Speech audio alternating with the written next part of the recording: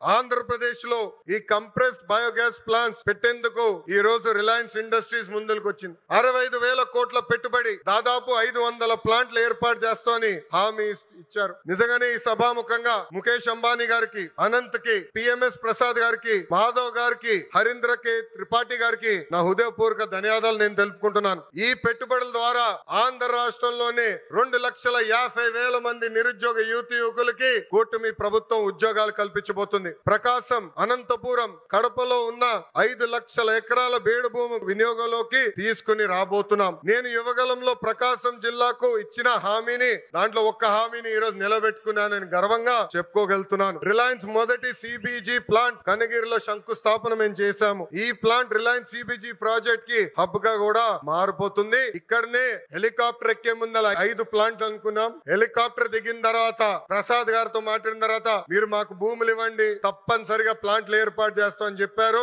ఇక్కడ ఉగ్ర నరసింహారెడ్డి గారు నా పక్కన కూర్చుని ఎట్టి పరిస్థితుల్లో 50,000 ఎకరాలు కౌలుకి రిలయన్స్ ఇండస్ట్రీకి మేము అందిస్తామని చెప్పారు. 50 ప్లాంట్లు ఒక నియోజకవర్గంలో చేస్తామని ఈ సభాముఖంగా కనిగిరి ప్రజలకి నేను తెలుపుతున్నాను.